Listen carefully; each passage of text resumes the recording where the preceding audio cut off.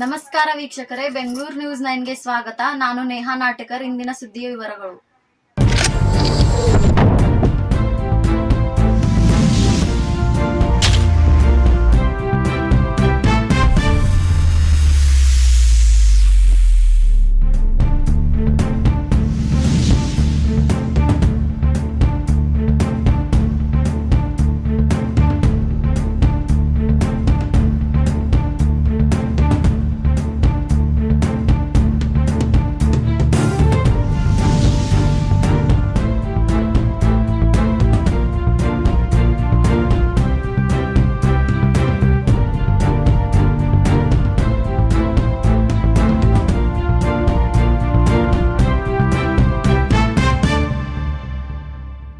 ನಮಸ್ಕಾರ ವೀಕ್ಷಕರೇ, ಬೆಂಗಳೂರು ನ್ಯೂಸ್ 9ಗೆ ಸ್ವಾಗತ.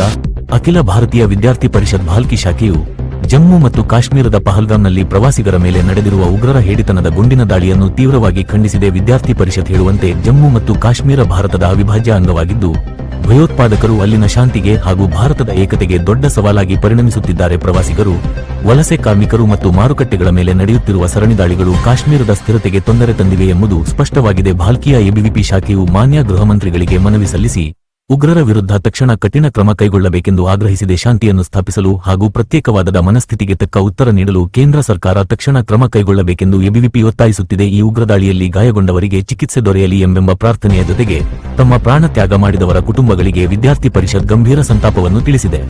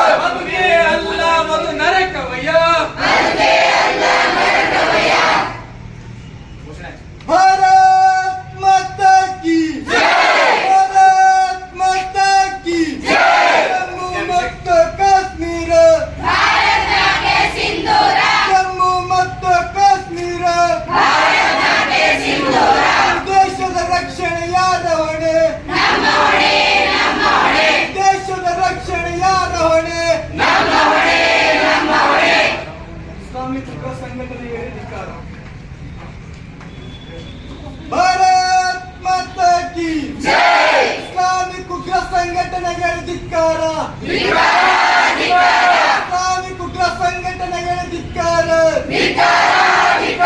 ಜಿಹಾದಿಗಳ ಹಿಡಿತನಕ್ಕೆ ಧಿಕ್ಕಾರ, ಜಿಹಾದಿಗಳ ಭಯೋತ್ಪಾದನೆಗೆ ಧಿಕ್ಕಾರ. ಭಾರತ್ ಮಾತಾ ಕಿ ಜೈ. ದೇಶದ ರಕ್ಷಣೆಯಾದ ಹೊಣೆ, ದೇಶದ ರಕ್ಷಣೆಯಾದ ಹೊಣೆ, देश की रक्षा कौन करेंगे? हम करेंगे, हम करेंगे. देश की रक्षा कौन करेंगे? हम करेंगे, हम करेंगे. भारत की सेना तुम आगे बढ़ो, हम तुम्हारे साथ. ಇಂದು ಮೊನ್ನೆ ನಡೆದಂತಹ ಕಾಶ್ಮೀರದಲ್ಲಿ ಪಾಕಿಸ್ತಾನದ ಜಿಹಾದಿಗಳು ಭಾರತೀಯರ ಪ್ರವಾಸಿಗರ ಮೇಲೆ ಭಯೋತ್ಪಾದನೆ ದಾಳಿಯನ್ನ ಮಾಡಿ ಸುಮಾರು 28ಕ್ಕೂ ಹೆಚ್ಚು ಜನರನ್ನ ಕೊಲೆ ಮಾಡ್ತಾರೆ ಅಂತಂದ್ರೆ ಇವತ್ತು ವಿದ್ಯಾರ್ಥಿ ಪರಿಷತ್ ಆ ಘಟನೆಯನ್ನ ತೀವ್ರವಾಗಿ ಖಂಡಿಸ್ತಾ ಇದೆ.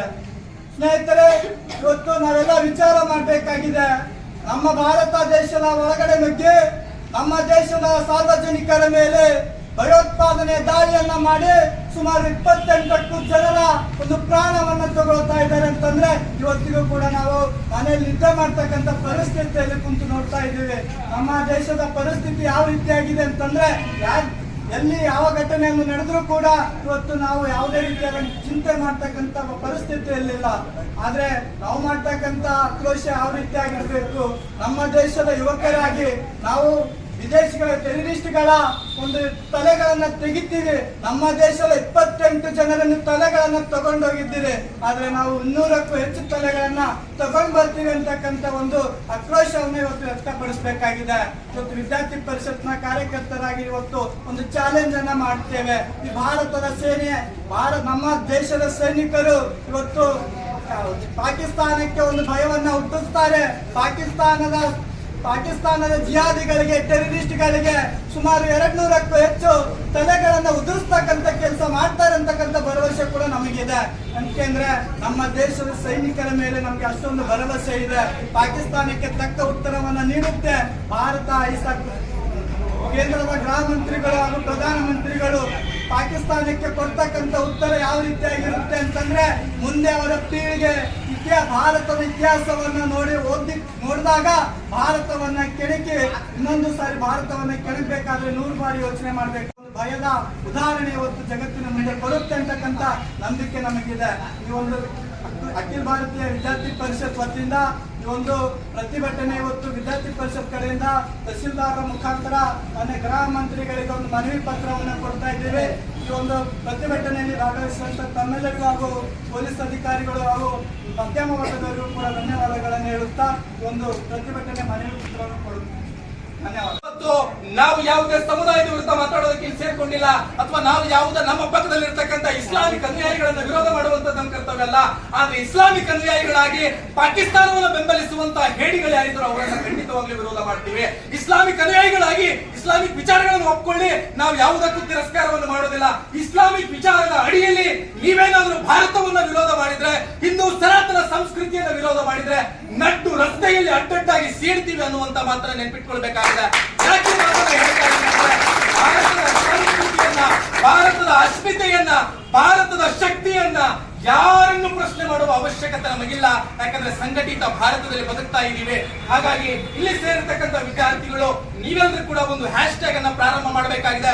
ಭಾರತೀಯ ಸೈನಿಕರೇ ನೀವು ಮುಂದೋಡಿ, ನಿಮ್ಮ ಜೊತೆಯಲ್ಲಿ ನಾವಿದ್ದೀವಿ. ಭಾರತೀಯ ಸೈನಿಕರನ್ನ ಬೆಂಬಲಿಸಬೇಕಾಗಿದೆ. ಇದು ಬಹಳ ಕಷ್ಟಕರವಾಗಿರ್ತಕ್ಕಂಥ ಸಂದರ್ಭ. ಯಾವುದೋ ಒಂದು ಸಣ್ಣ ದೇಶ, ನನ್ನ ಭಾರತದಲ್ಲಿರ್ತಕ್ಕಂಥ ಯುವ ಪ್ರತಿಭೆಗಳು ಒಂದೆಡೆ ಸೇರಿ ನಾವೆಲ್ಲರೂ ಕೂಡ ಕೇವಲ ನಮ್ಮ ಉಗುಳನ್ನ ಉಗುಳಿದ್ರೆ ಪಾಕಿಸ್ತಾನ ಮುಚ್ಚೋಗುತ್ತಾ? ನನ್ನ ದೇಶದ ಒಂದು ರಾಜ್ಯವನ್ನ 2 ಭಾಗ ಮಾಡಿದಾಗ ಎಷ್ಟು ಜನಸಂಖ್ಯೆ ಆಗುತ್ತೋ ಅಷ್ಟು ಭಾರತ ಪಾಕಿಸ್ತಾನದಲ್ಲಿರ್ತಕ್ಕಂಥ ಜನಸಂಖ್ಯೆಗೆ ಸಮಾನ ಇಲ್ಲ. ಒಂದೇ ರಾಜ್ಯ ಸಾಕು ನಮ್ಗೆ. ಉತ್ತರ ಪ್ರದೇಶದಲ್ಲಿ ಇರ್ತಕ್ಕಂಥ ಜನಸಂಖ್ಯೆಗೆ ಸಮಾನವಾಗಿರ್ತಕ್ಕಂಥ ದೇಶ ಪಾಕಿಸ್ತಾನ. ಆ ದೇಶ ನಮ್ಮ ಮೇಲೆ ದಾಳಿ ಮಾಡ್ತಾ ಇದೆ ಅಂದ್ರೆ ಅದಕ್ಕೆ ಕಾರಣ ಏನು ಅಂದ್ರೆ ನಮ್ಮಲ್ಲಿರ್ತಕ್ಕಂತಹ ನರ ಹೇಡಿಗಳ ಸಹಕಾರದಿಂದ. ಅದಕ್ಕೆ ಹೇಳ್ತಾ ಇದ್ದೀನಿ, ಇಸ್ಲಾಮಿಕ್ ಒಂದು ಕವರಪ್ ಅನ್ನ ಇಟ್ಕೊಂಡು, ಇಸ್ಲಾಮಿಕ್ ಅನ್ಯಾಯಪ್ಪ ಅನ್ನುವಂತ ಒಂದು ಕವರಪ್ ಅನ್ನ ಇಟ್ಕೊಂಡು ನೀವೇನಾದ್ರೂ ಪಾಕಿಸ್ತಾನ ಬೆಂಬಲ ಮಾಡಿದ್ರೆ ನಿಮ್ಮ ಚಿರಚೇತನವನ್ನ ಮಾಡಿ ಅದರ ಜೊತೆಯಲ್ಲಿ ಫುಟ್ಬಾಲ್ ಆಡುವ ದಿನಗಳು ದೂರ ಇಲ್ಲ ಅನ್ನುವಂತ ಮಾತನ್ನ ಇವತ್ತು ಹೇಳಲಿಕ್ಕೆ ನಾನು ಇಷ್ಟಪಡ್ತೇನೆ.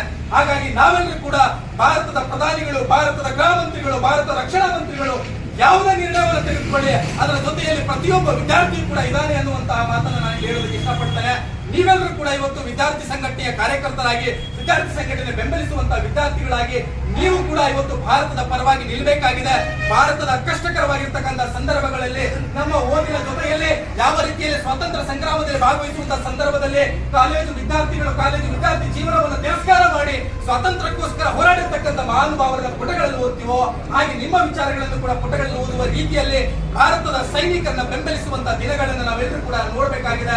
ಭಾರತ ಸೈನಿಕರು ಯಾವುದೇ ನಿರ್ಣಯವನ್ನು ತೆಗೆದುಕೊಂಡ್ರೆ ಎದೆ ತಟ್ಟಿ ಹೆಮ್ಮೆಯಿಂದ ಹೇಳಿ ನಾವು ಭಾರತೀಯ ಸೇನೆಯ ಜೊತೆಯಲ್ಲಿ ನೀವು ಅನ್ನುವಂತಹ ಮಾತನ್ನ ನಿಮ್ಮ ವಾಟ್ಸ್ಆಪ್ ಗಳಲ್ಲಿ, ನಿಮ್ಮ ಫೇಸ್ಬುಕ್ ಗಳಲ್ಲಿ, ನಿಮ್ಮ ಸಾಮಾಜಿಕ ಜಾಲತಾಣಗಳಲ್ಲಿ ಒಂದೇ ಶಬ್ದ ಕೂಗಬೇಕು. ಭಾರತೀಯ ಸೈನಿಕರೇ ನೀವು ಮುನ್ನಡೆಯಿರಿ, ನಿಮ್ಮ ಜೊತೆಯಲ್ಲಿ ನಾವಿದ್ದೇವೆ. ಭಾರತೀಯ ಸೇನೆ ತುಮಾಗೆ ಬಿಡೋ ಹಮ್ ತುಮಾರೆ ಸಾಥೆ ಅನ್ನುವಂತಹ ಘೋಷಣೆಯನ್ನು ನಾವೆಲ್ಲರೂ ಕೂಡ ಹಾಕಬೇಕಾಗಿದೆ. ಆ ಘೋಷಣೆಯೊಂದಿಗೆ ನಾವು ಭಾರತೀಯ ಸೇನೆಯನ್ನ ಬೆಂಬಲಿಸಬೇಕಾಗಿದೆ ಅನ್ನುವಂತ ಮಾತನ್ನ ಹೇಳ್ತಾ ನನ್ನ ಮಾತು ವಿರಾಮವನ್ನು ಕೊಡ್ತೇನೆ. ಮಾನ್ಯ ತಹಸೀಲ್ದಾರ್ ಅವರಿಗೆ ವಿದ್ಯಾರ್ಥಿಗಳ ಮುಖಾಂತರವಾಗಿ ವಿದ್ಯಾರ್ಥಿ ಪರಿಷತ್ತಿನ ಮುಖಂಡರು ಮನವಿ ಪತ್ರ